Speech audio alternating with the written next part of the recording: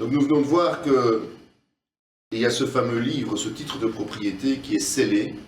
Nous avons vu que c'était le titre qui appartenait à l'agneau, à Jésus-Christ. Il est scellé par 7 sceaux. Et donc il est le seul digne et désigné digne d'ouvrir ces sceaux. À partir du moment où il va prendre ce livre et commencer à ouvrir les sceaux, sur terre, on va voir s'enclencher un parcours de souffrance, et des souffrances de plus en plus importantes et grandes, qui vont se répartir principalement en 3 vagues. Ce sont des vagues de jugement, on verra plus tard, des jugements de plus en plus forts, et chaque jugement qui vient dépend de celui qui précède. Et évidemment, il continue à produire ses effets.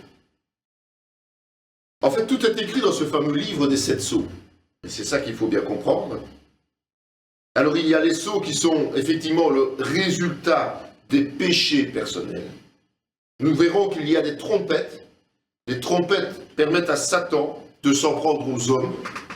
Et puis, il y a les coupes. Ce sont des châtiments que Dieu fait tomber directement sur terre.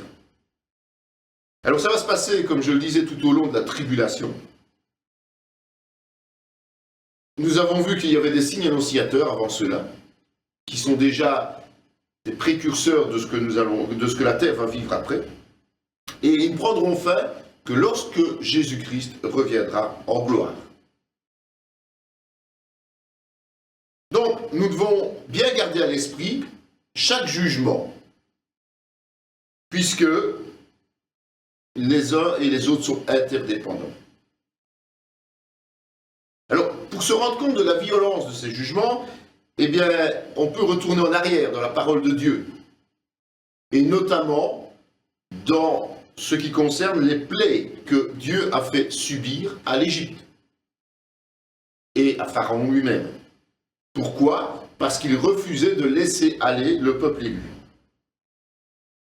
Et on sait que la fin de l'histoire a été tragique pour les Égyptiens, l'armée en tout cas, pour le roi, puisqu'ils ont péri dans la mer. En fait, le point commun entre ces plaies d'Égypte et les condamnations de la fin des temps, c'est l'aveuglement. L'aveuglement qui est provoqué par l'obstination à refuser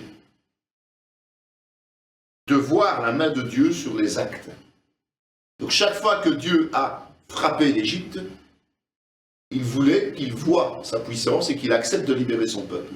Et bien chaque fois que la terre va être frappée par des fléaux de plus en plus importants, le but poursuivi par Dieu est de faire comprendre aux hommes qu'il est tout-puissant et qu'il faut revenir à lui. Pour les plaies d'Égypte, même un certain nombre de scientifiques aujourd'hui se sont rendus compte que ces événements étaient tout à fait plausibles. Et ils ont même rattaché ces plaies à une éruption volcanique de volcan qu'on appelait le Santorin. Ça a été une éruption très virulente parce que ce volcan s'est enfoncé dans la mer après que les coulées de lave aient démarré. Et ça a provoqué un raz-de-marée, ce qu'on appelle un tsunami aujourd'hui, et toutes sortes de phénomènes dans le ciel et sur la terre. Et ces phénomènes correspondent à ces fameuses plaies d'Égypte.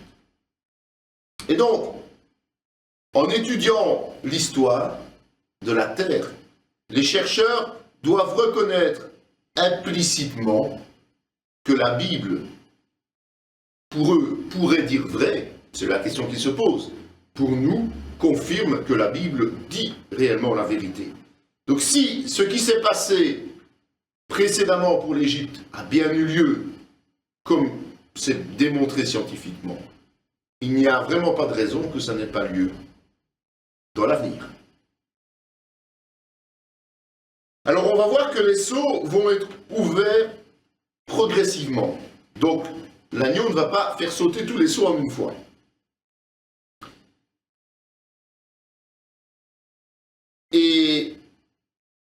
la raison de cette ouverture progressive, c'est que les jugements pour la terre sont aussi progressifs et de plus en plus intenses.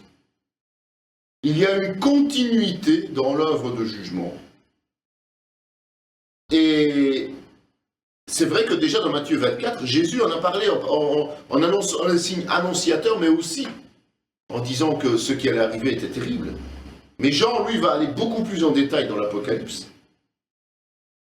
Et ce que l'Église, la vraie, ceux qui sont réellement nés de nouveau et sanctifiés pour être enlevés, va voir dans ses débuts, la terre et les habitants de la terre va continuer à le vivre. Et donc chaque fois qu'il y a une action qui va avoir lieu dans les jugements, l'agneau ouvre le sceau qui correspond. Alors les 4 premiers sceaux ont la particularité de libérer un cavalier qui doit exécuter les jugements spécifiques. Et après le 4e, il semble vraiment que là, il y a une aggravation.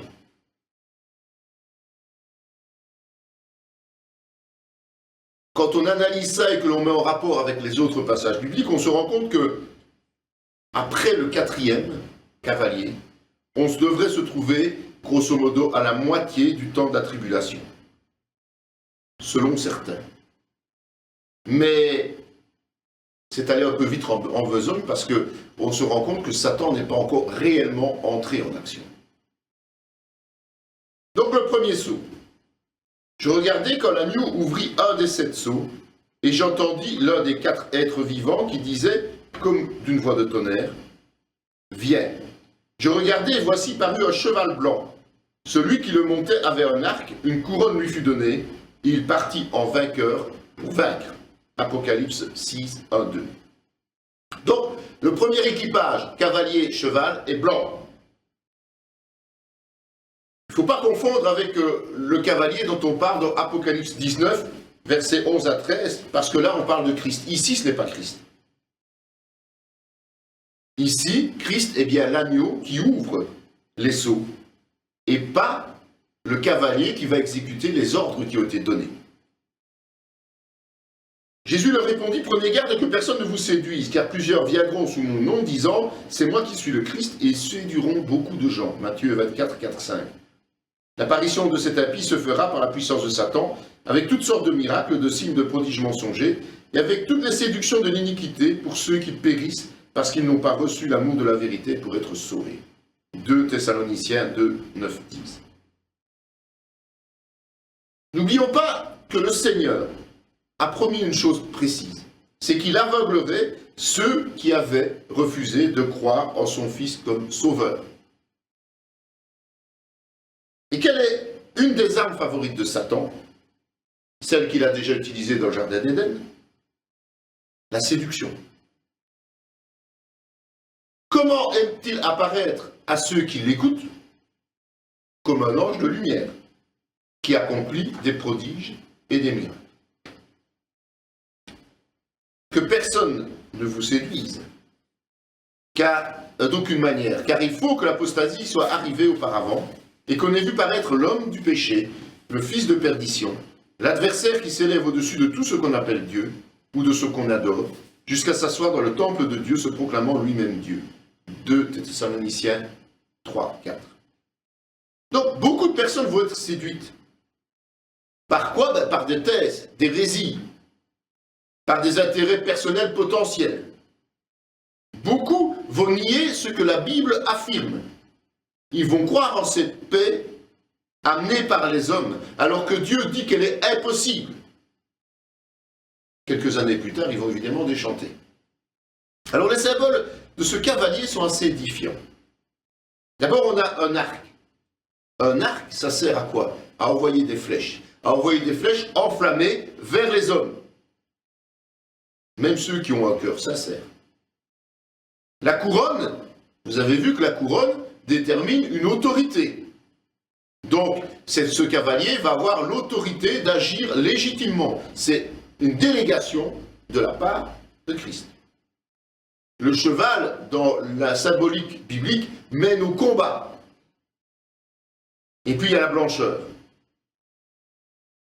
La blancheur va détourner l'attention de ceux qui vont voir ce cavalier quelque part. Pourquoi? Parce que la blancheur, c'est un synonyme de pureté. Et donc il ne faut pas se rendre compte que le temps des jugements arrive.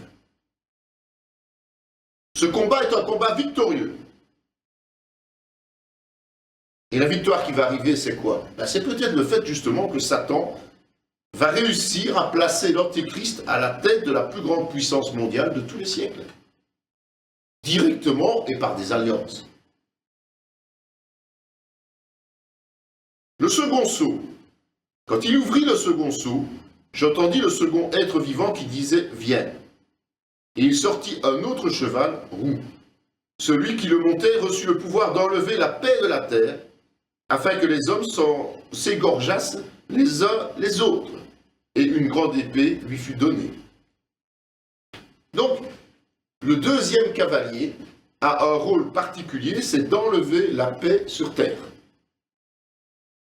Donc le premier amenait une illusion de paix, avec succès, les gens y ont cru.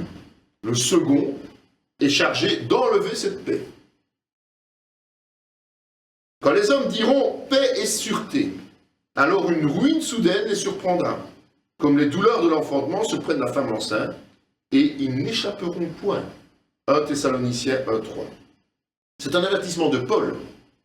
La paix ne sera qu'illusion. C'est une séduction du diable, la paix. Mais voulue par Dieu, parce que le monde est aveugle. Vous entendrez parler de guerre et de bruit de guerre. Gardez-vous d'être troublés, car il faut que ces choses arrivent. Mais ce ne sera pas encore la fin. Une nation s'élèvera contre une nation, et un royaume contre un royaume. Il y aura en divers lieux des famines et des tremblements de terre. Tout cela ne sera que le commencement des douleurs. Matthieu 24, 6, 8. Jésus, comme Paul l'a fait d'ailleurs, annonce une chose très claire. Ce ne sera que le début des souffrances. En fait, si on calcule bien le nombre de vagues de jugements qui vont tomber pendant ce laps de temps de 7 années, il y en a 21. On n'en est qu'à la deuxième.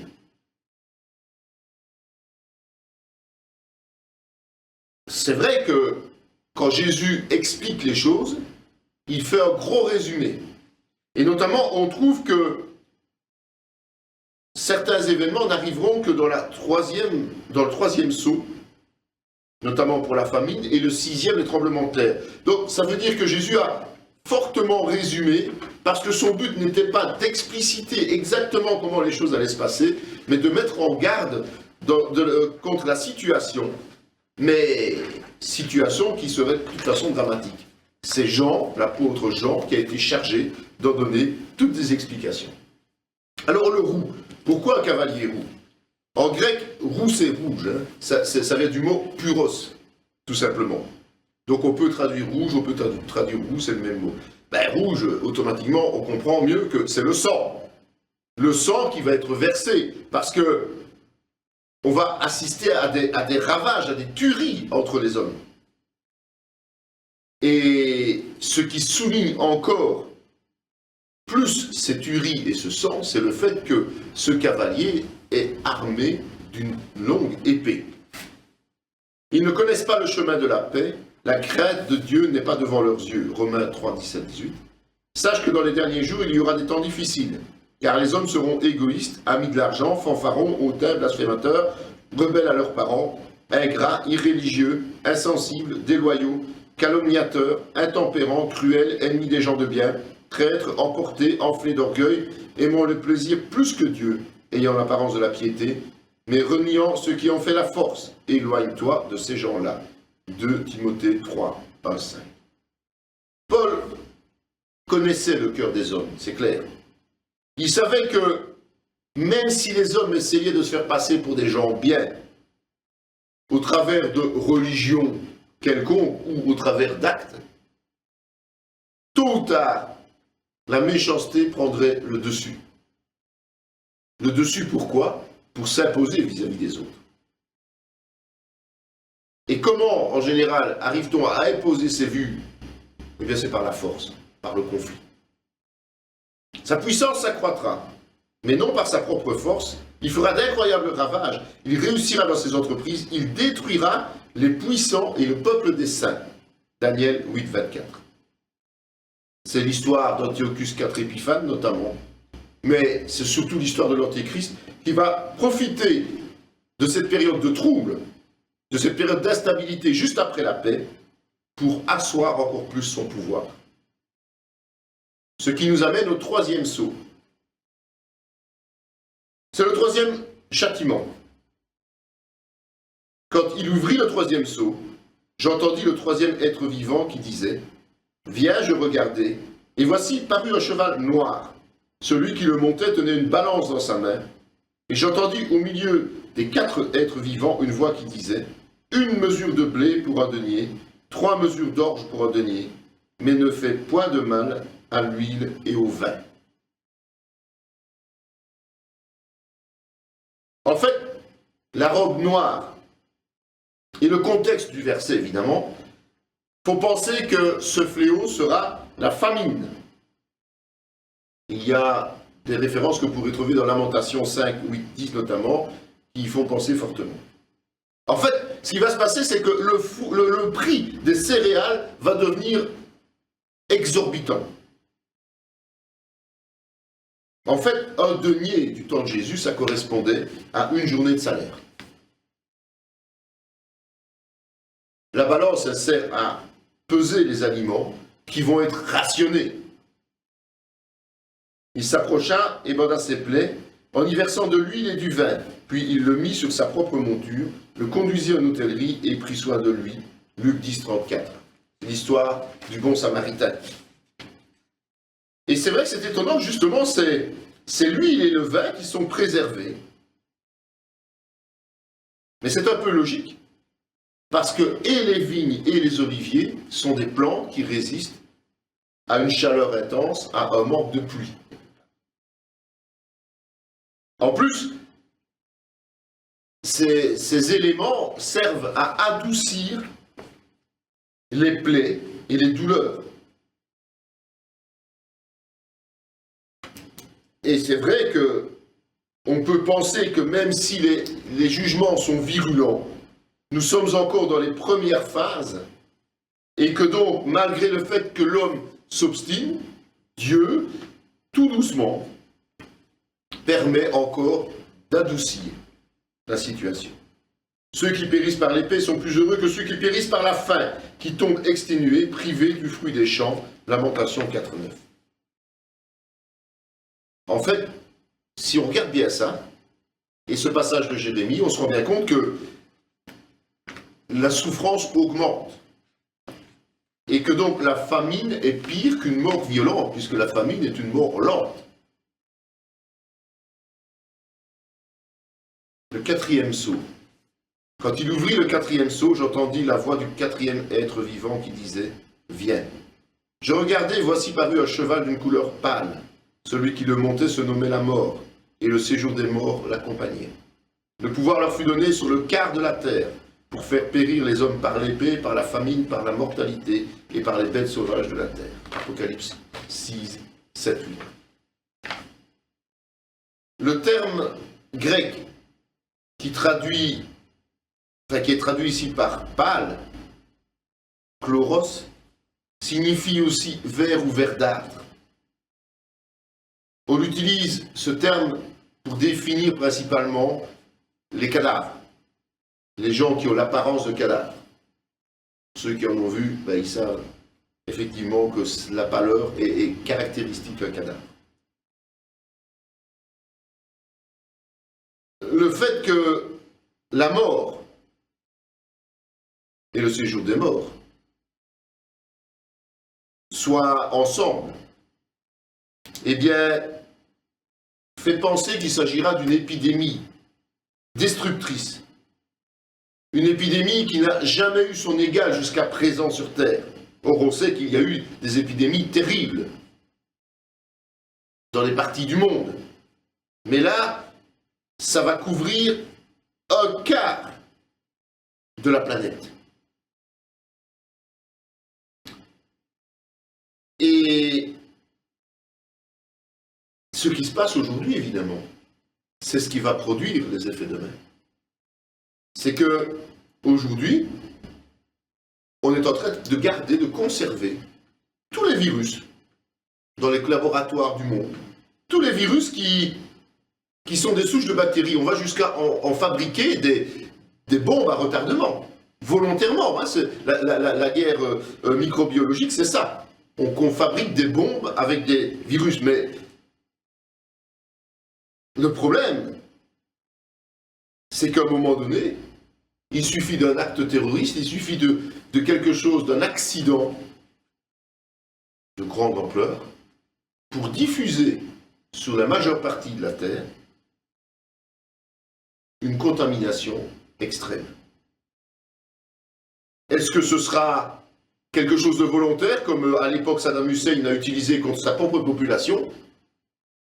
Est-ce que ce sera un acte volontaire de l'Antéchrist ou pas? La parole ne nous le dit pas, mais en tout cas, ce sera une décision de Dieu. Cette catastrophe va s'ajouter à celle qui précède. Et donc, la mort et son séjour vont se régaler. Parce que des multitudes d'êtres humains vont périr sans avoir connu le salut en Christ. Même la nature aura pris le dessus sur l'être humain, puisque les bêtes sauvages seront assez nombreuses et puissantes que pour les attaquer et les dévorer. En fait, toutes les régions qui vont être frappées seront dans l'anarchie. On parle du quart de la planète, ce qui veut dire que l'Antéchrist régnera et que ceux qui auraient pu s'opposer à lui seront tellement préoccupés par les problèmes qu'ils auront à ce moment-là, ne pourront même plus se lever contre lui. Mais il est dit que Dieu préservera ceux qui lui seront fidèles. Dans Psaume 91, 6, 7, il est dit « Ni la peste qui marche dans les ténèbres, ni la contagion qui frappe en plein midi, que 1000 tombent à ton côté et 10 000 à ta droite, tu ne seras pas atteint. » Le cinquième sceau. Le cinquième sceau va nous faire totalement changer de registre, parce que ce cinquième sceau concerne les saints. Quand il ouvrit le cinquième sceau, je vis sous l'autel les âmes de ceux qui avaient été immolés à cause de la parole de Dieu et à cause du témoignage qu'ils avaient rendu. Ils crièrent d'une voix forte en disant « Jusque à quand, Maître saint et véritable, tardes-tu à juger et à tirer vengeance de notre sang sur les habitants de la terre ?» Une robe blanche fut donnée à chacun d'eux, et il leur fut dit de se tenir en repos quelque temps encore, jusqu'à ce que fût complet le nombre de leurs compagnons de service et de leurs frères qui devaient être mis à mort, comme eux. Apocalypse 6, 9, 11. L'autel, c'est le symbole du sacrifice sanglant par excellence. Dans Exode 29, 12 notamment, il est dit « Tu prendras du sang du taureau, tu en mettras avec ton doigt sur les cornes de l'autel, tu répandras tout le sang au pied de l'autel. » Et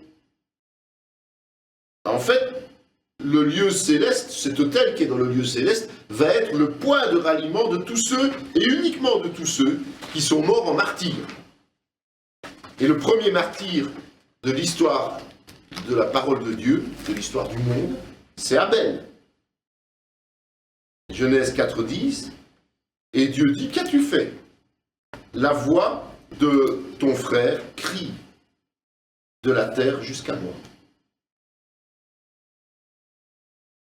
Abel est mort dans le service de Dieu. Et tous les autres martyrs, que ce soit sous l'ancienne alliance ou sa nouvelle alliance, seront présents. Mais ils ne seront pas encore au complet. Il faut que d'autres les rejoignent. Le Seigneur leur demande d'attendre, de prendre patience pour que leurs compagnons les rejoignent. Ça veut dire que Dieu va répondre à leur demande de vengeance. Mais pas quand eux le demandent, quand le temps sera arrivé. Mais eux, ils reçoivent une récompense immédiate. Même s'ils doivent attendre pour que la vengeance tombe, ils reçoivent une récompense immédiate. La fameuse robe blanche, le fameux signe de pureté. Même s'ils ne seront corporellement ressuscités qu'après le retour en gloire de Christ. Alors on vous livrera au tourment, et l'on vous fera mourir, et vous serez haïs de toutes les nations à cause de mon nom. Matthieu 24, 9. Mais celui qui persévérera jusqu'à la fin sera sauvé. Matthieu 24, 13. En fait, on arrive à la persécution des croyants. Et la persécution se fera par l'Antéchrist, évidemment. Ça se passe pendant la première partie de la tribulation. On y reviendra de toute façon. Mais on voit que Jésus déjà a parlé de ça. Il a parlé de la torture et de la mort de tous les chrétiens de cette période. Il a insisté sur la nécessité de persévérer jusqu'à la fin pour être sauvé. Et dans le livre d'Apocalypse, on parle encore d'autres martyrs, mais ça, on y reviendra aussi. 6e sceau. Donc on peut considérer que le 5e sceau est en quelque sorte une parenthèse, en tout cas un événement différent et à part. Et au 6e sceau, les catastrophes vont reprendre de plus belle. Je regardais quand il ouvrit le 6e sceau, il y eut un grand tremblement de terre, le soleil devint noir comme un sac de crin, la lune entière devint comme du sang, et les étoiles du ciel tombèrent sur la terre, comme lorsqu'un figuier secoué par un vent violent jette ses figues vertes. Le ciel se retira comme un livre qu'on roule, et toutes les montagnes et les îles furent remuées de leur place. Apocalypse 6, 12, 14. Aussitôt après ces jours de détresse, le soleil s'obscurcira, la lune ne donnera plus sa lumière, les étoiles tomberont du ciel, et les puissances des cieux seront ébranlées. Matthieu 24, 29. Il y aura des signes dans le soleil, dans la lune et dans les étoiles. Et sur la terre, il y aura de l'angoisse chez les nations qui ne sauront que faire. Au bruit de la mer et des flots, les hommes rendant l'âme de terreur dans l'attente de ce qui surviendra pour la terre, car les puissances des cieux seront ébranlées. Luc 21, 25, 26. On se trouve dans une situation de dérèglement climatique sans égal aujourd'hui. En fait, la Terre va connaître son plus grand tremblement depuis la création. N'oubliez quand même pas que nous sommes sur une Terre où il y a des tas de failles sismiques qui peuvent bouger. Pour l'instant, elles le font de manière progressive et locale, mais à tout moment, ça pourrait être global. Les volcans reprendront leur activité un peu partout, et comme on l'a connu précédemment, rappelez-vous avec l'Islande, la fumée qu'ils vont cracher va tout simplement donner une apparence de sang pour la Lune et pour finir, va faire disparaître de notre vue le ciel. C'est pas que le ciel va partir, mais on ne le verra plus sur cette terre. Les tsunamis, comme on en a connu en Haïti, au Japon, vont submerger les régions côtières. Et quand on parle des étoiles qui tombent du ciel, rien n'empêche les météorites de frapper au même moment ce ciel, cette terre. En fait, le ciel sera devenu invisible et la surface de la terre va être complètement modifiée. Ça, il faut bien s'en rendre compte. La terre d'aujourd'hui n'est déjà plus la même que ce qu'elle était il y a plusieurs siècles. On a d'ailleurs souvent difficile de trouver les sites dont on parle dans la Bible et ailleurs, parce que tout simplement, ils ont disparu et les terres, parfois sont submergées, parfois ressortent. Et donc, à ce moment-là, ça va encore être différent, parce que ça va tellement être important que tout va être transformé. Les rois de la terre, les grands, les chefs militaires, les riches, les puissants, tous les esclaves et les hommes libres se cachèrent dans les cavernes et dans les rochers des montagnes. Et ils disaient aux montagnes et aux rochers, tombez sur nous et cachez-nous devant la face de celui qui est assis sur le trône et devant la colère de l'agneau, car le grand jour de sa colère est venu. Et qui peut subsister? Apocalypse 6, 15, 17. En fait, la particularité de ce 6e sceau, c'est la déclaration officielle et solennelle du jour de la colère de Dieu. Donc, comme je l'ai dit, jusqu'à présent, Satan a pu donner libre cours à son instinct destructeur. Mais à partir de ce moment, c'est Dieu lui-même qui va entrer en ligne de compte. D'abord, effectivement, par Satan, mais sur ses ordres quelque part, et puis par lui en personne. Ce sont des jugements universels, alors que jusqu'à présent, c'était un peu des rétributions par rapport aux actes mauvais de chaque homme. La puissance de Dieu, il faut quand même le savoir, lorsqu'elle déferle, est destructrice, pas seulement invalidante. Jusqu'à présent, la terre était touchée, mais elle était invalidée. Elle était un peu, enfin, elle était dans une certaine impossibilité de fonctionner, mais elle n'était pas encore détruite. Et quand tout ça va commencer à tomber, avec une telle puissance, eh bien, ça va provoquer évidemment l'angoisse. Il n'y aura pas un seul homme qui n'aura pas peur. Ils vont essayer de se cacher, parce qu'ils comprendront à ce moment-là vraiment que c'est le jour de colère de Dieu. Ils sauront que leur destruction est proche.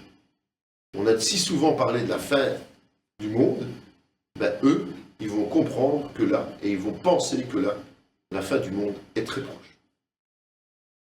C'est pas ce que la Bible dit, hein. C'est ce qu'ils vont penser. Ce qui arriva du temps de Noé arrivera de même à l'avènement du Fils de l'homme, car tous les jours qui précédèrent le déluge, les hommes mangeaient et buvaient, se mariaient et mariaient leurs enfants, jusqu'au jour où Noé entra dans l'arche, et ils ne se doutèrent de rien, jusqu'à ce que le déluge vint et les emporta tous. Il en sera de même à l'avènement du Fils de l'homme.